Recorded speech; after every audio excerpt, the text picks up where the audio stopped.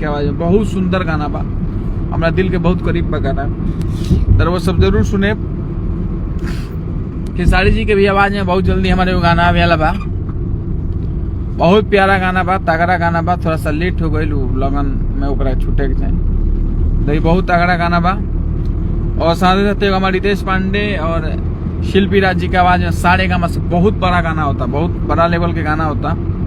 और वो गाना के 24 घंटा तक लगातार शूटिंग हुई, डे नाइट शूटिंग हुई दिल्ली में। तो आपको बता दें कि भोजपुरी के दोस्त सुपरस्टार खेसारी लाल यादव के राइटर पवन पांडे जी का यह वीडियो सोशल मीडिया पर काफी देर से वायरल हो रहा है, जिसमें देखा जा सकता है कि वे सुपरस्टार खेसारी लाल यादव के आने वाले सॉन्ग को लेकर अपडेट देते नजर आते हैं। तो क्या इस वीडियो को पूरी खबर बताते हैं? किसी वीडियो में से अपने वीडियो को दिल लाइक कर दीजिए और साथ ही साथ हमारे चैनल पर नए तो चैनल को भी सब्सक्राइब कर दीजिए। तो आपके जानकारी के लिए बता दें कि सुपरस्टार खेसारी लाल यादव का कई सॉन्गों का शूटिंग हो चुका है और कई सॉन्ग आने वाले भी है, परंतु इस गाने के पोस्टर को लेकर कोई भी ऑफिशियली रूप से जानकारी नहीं मिली है। तो हो सकता है दोस्तों यह सॉन्ग आ भी सकता है या यह एक फेक थंबनेल भी हो सकता है।